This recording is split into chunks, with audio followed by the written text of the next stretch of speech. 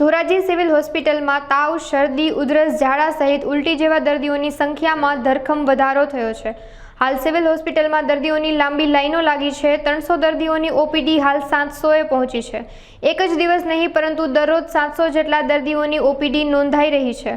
ઝાડા ઉલટીના કેસમાં 10 થી 25% વધારો તેમજ ઓપીડીમાં 30% વધારો નોંધાયો છે. ત્યારે ડોક્ટરે હાલ વાયરલ અને પાણીજન્ય રોગોથી સાવચેત રહેવા માટે જણાવ્યું હતું. હું ડોક્ટર વેસેટિયન એસડીએસ ધોરાજી ખાતે અધિક્ષક તરીકે ફરજ બજાવું છું. હાલની ઓપીડીની વાત કરીએ તો અમારી એવરેજ ઓપીડી 700ની આસપાસ હોતી હોય છે. એમાંથી જે નવા ફ્રેશ કેસીસ જોઈએ તો 35% ડાયરિયા અને વોમિટિંગ જોવા મળે છે. એ જે ખાસ કરીને પાણીજન્ય રોગો છે. અમારી હોસ્પિટલ ખાતે તમામ પ્રકારની ફેસિલિટી, ફિઝિશિયન, મેડિકલ ઓફિસર ઉપલબ્ધ છે. લોકોને ખાસ તો આ સિઝનમાં, જે વરસાદી સિઝનમાં, એ સલાહ આપું છું કે પાણી ખાસ કરીને ઉકાળીને પીવું જોઈએ અને ક્લોરિનેટેડ વોટર. અમે અમારી હોસ્પિટલમાં રેગ્યુલરલી ક્લોરિનેટેડ વોટરનો જ ઉપયોગ કરીએ છીએ. લોકોને આ સલાહ આપું છું.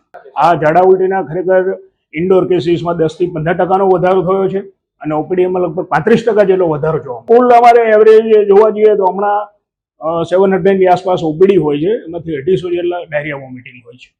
મેડિકલ સ્ટાફની અમારી પાસે નર્સિંગ સ્ટાફની શોર્ટેજ છે, ક્લાસ 4ની શોર્ટેજ છે અને જે મેડિકલ ઓફિસર કહી શકાય 4માંથી ફક્ત 1 જગ્યા ભરાઈ છે. તાજેતરમાં 3ના ઓર્ડર થયા છે. લેટ અસ હોપ એ જગ્યા ભરાય અને લોકોને અમે વધુ સારી રીતે સેવા આપીશું. હા, વાયરલ ઇન્ફેક્શન, અપર રેસ્પિરેટરી ઇન્ફેક્શનના કેસીસમાં પણ વધારો જોવા મળે છે.